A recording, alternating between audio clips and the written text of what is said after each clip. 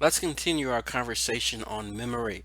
We've already covered encoding, storage, and retrieval. Now we'll be looking at a different aspect of memory, forgetting, memory construction, and improving memory. Why do we forget? Forgetting the two-track mind, forgetting on one track and not another. Anterograde and retrograde amnesia. Encoding failure, retrieval failure, and interference. Motivated forgetting, memory construction, misinformation and imagination effects, source amnesia, distinguishing true and false memories, memories of abuse, and tips for studying to improve recall. Wouldn't it be good to have brains that stored information like a computer does, so we could easily retrieve any stored item and not just the ones we rehearse? What would that feel like? Would there be any problems? If we remembered everything, maybe we could not prioritize the important memories. What leads to forgetting? Brain damage, encoding failure, storage decay, retrieval failure, interference, and of course, motivated forgetting. Forgetfulness is a form of freedom. Jill Price not only recalls everything, but is unable to forget anything. For Jill, both the important and the boring mundane are always accessible, forming a running movie, running simultaneously with current experiences. If we were unable to forget, we might not focus well on current stimuli because of these intrusive memories. The brain and the two-track mind, the case of HM. The removal of HM's hippocampus at age 27 ended his seizures, but also ended his ability to form new explicit memories. HM could learn new skills, procedures, locations of objects in games, but had no memory of the lessons or the instructors. Why? HM retained memories from before the surgery. What is his condition called? HM, like another patient, Jimmy, could not understand why his face looked older than 27 in the mirror. Why not? Brain damage and amnesia. HM and Jimmy suffered from hippocampus damage and removal, causing anterograde amnesia, an inability to form new, long-term declarative memories. Jimmy and HM could still learn how to get places, automatic processing, could learn new skills, procedural memory, and acquired conditioned responses. However, they could not remember any experiences which created these implicit memories. The two types of amnesia. Retrograde amnesia refers to an inability to retrieve memory of the past. Anterograde amnesia refers to an inability to form new, long-term, declarative explicit memories. Retrograde amnesia can be caused by head injury or emotional trauma and is often temporary. It can also be caused by more severe brain damage. In that case, it may include anterograde amnesia as well. HM and Jimmy live with no memories of life after surgery. See the movie Memento. Most other movie amnesia is retrograde amnesia. That, as well as soap operas, if they still do that particular type of cliche element. That's the idea when someone's wanting to tell somebody something very important on Friday. They're in a car accident, they bump their head, they get out of the car, and somebody picks them up, but they have no memory as to who they are. That is retrograde amnesia. They cannot remember the past. But interestingly enough, they still have the skills and the abilities that they did when they did have their memories. Because skills is a different form of memory. All right, back to the lecture here. So with anterograde amnesia and movies such as Memento, they demonstrate that. However, most movies demonstrate retrograde amnesia. So the way it works is you have the lifespan illustrated down here with the big arrow. As the lifespan moves forward, well, RA or retrograde amnesia makes your old memories inaccessible, can't get to them. Whereas anterograde amnesia, we cannot form new memories. No post-trauma memories are formed. So retrograde is about forgetting the past, and anterograde is about not being able to remember things that are happening now or in the future. Then there's encoding failure. If we can't state exactly what a penny looks like, did we fail to retrieve the information? Maybe we never paid attention to the penny details.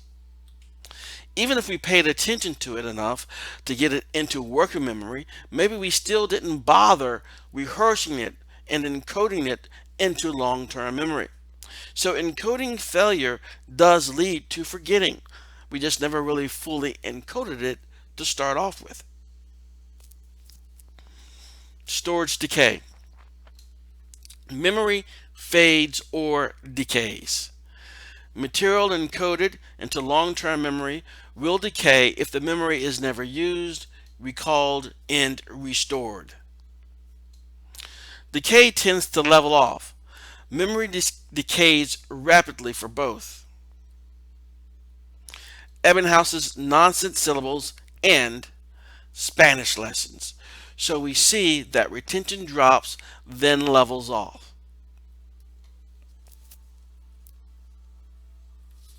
Then we have the tip of the tongue phenomena. It's a retrieval failure, and everyone's probably experienced this. You're talking with your friends and they ask, do you remember this certain actor or actress? And you say, yeah, I do. I know everything about it. I just can't get the name. That's the tip of the tongue phenomena. Sometimes the memory does not decay. Sometimes some stored memories seem just below the surface. I know the name. It starts with a B maybe, but you just can't get it. To prevent retrieval failure when storing and rehearsing memories, you can build retrieval cues, linking your memorized material to images, rhymes, categories, initials, and lists, and so on. But we have a retrieval failure. Then we have interference and positive transfer. Old and new memories can interfere with each other, making it difficult to store new memories and retrieve old ones. Proactive interference occurs when past information interferes with learning new information. So let's say someone asks you for your new address. You have the new address in your memory somewhere, but you can't get to it because your past address is interfering with it. So proactive interference occurs when past information, your old address, is interfering with learning the new information. You have many strong memories of a previous teacher, and this memory makes it difficult to learn a new teacher's name. Occasionally the opposite happens, and positive transfer, old information, makes it easier to learn related new information. So here we're not forgetting, it just makes it easier for us, and that's what positive transfer is. So in positive transfer, the old information like algebra makes it easier to learn related new information like calculus. Then we have retroactive interference. Retroactive interference occurs when new stimuli or learning interferes with the storage and retrieval of previously formed memories. In one study, students who studied right before an 8 hours of sleep had better recall than those who studied before 8 hours of daily activities. So, what we have here is after remaining awake, we can see the recall line there, but after sleep we see a much better percentage of syllables recalled. Without interfering events, recall is better. The daily activities retroactively interfered with the morning's learning. Motivated forgetting.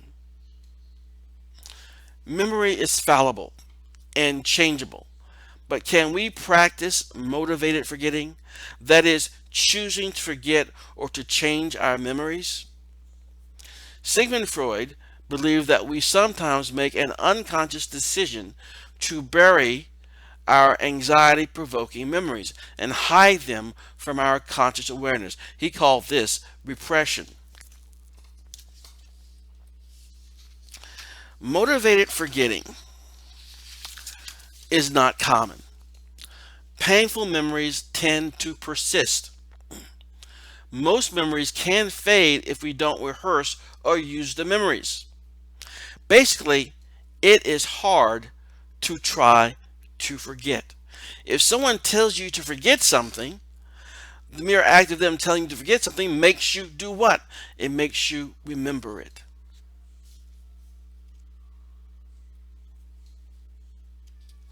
So we have sensory information, sensory memory.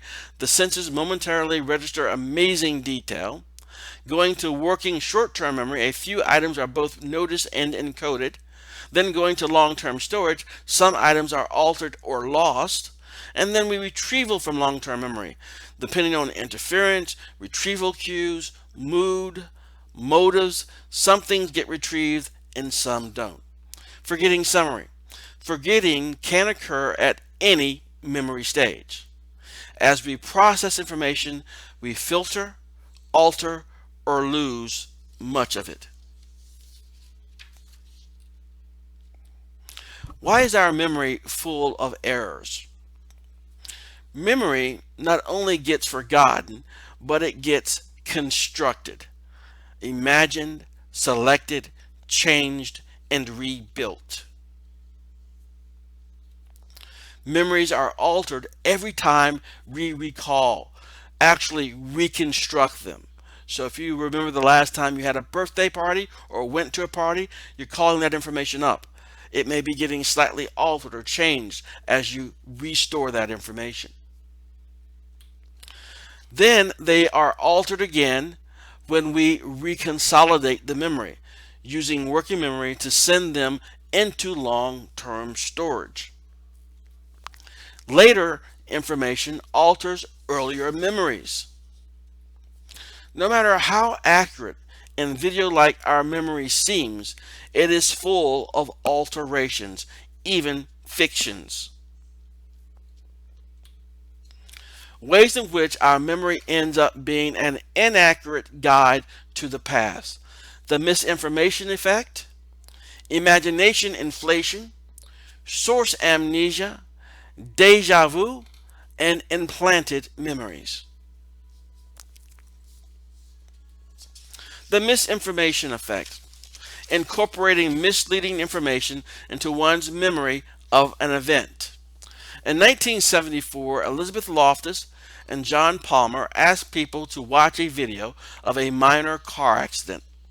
The participants were then asked how fast were the cars going when they hit each other. The actual accident. Those who were asked when the cars smashed into each other reported higher speeds and remembered broken glass that wasn't there. They misremembered the accident. And the cause here was by just simply changing the word. Hit, more accurate account. Smashed into, a slightly altered account of the memory.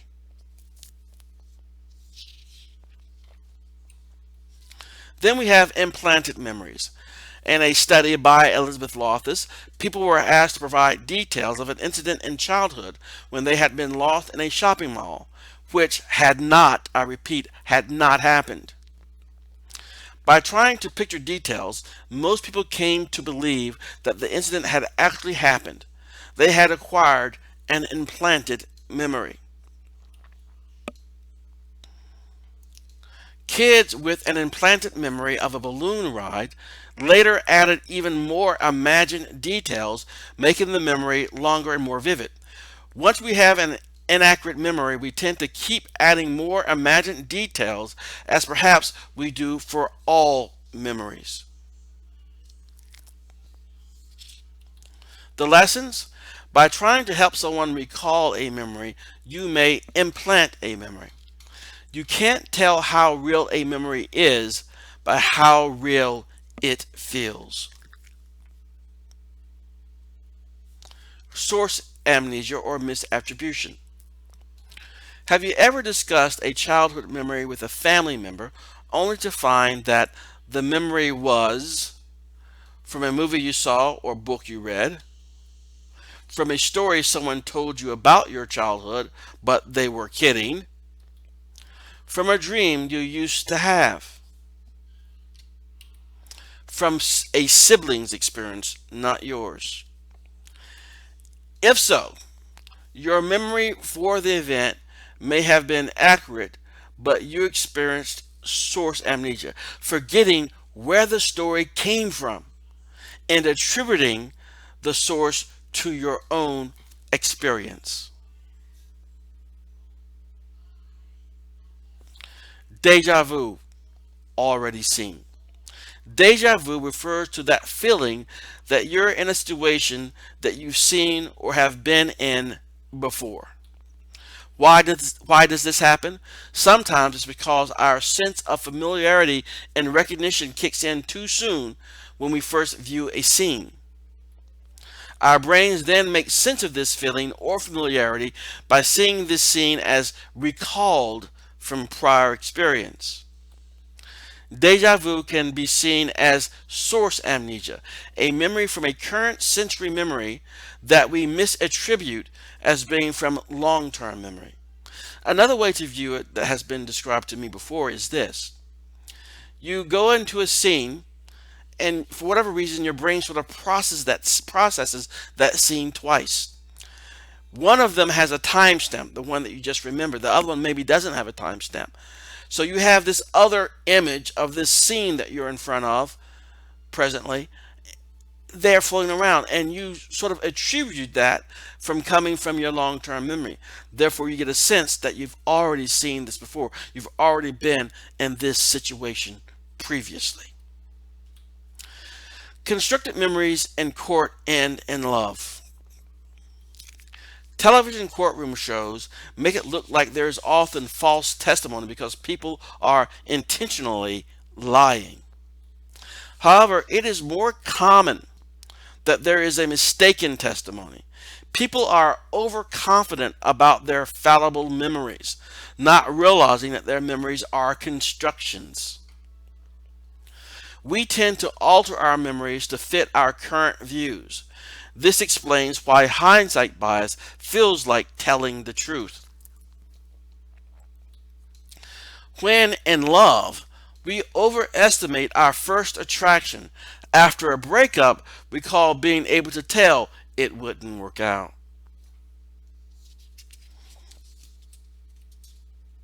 Constructed memories in children. With less time for their memories to become distorted, kids can be trusted to report accurately, right?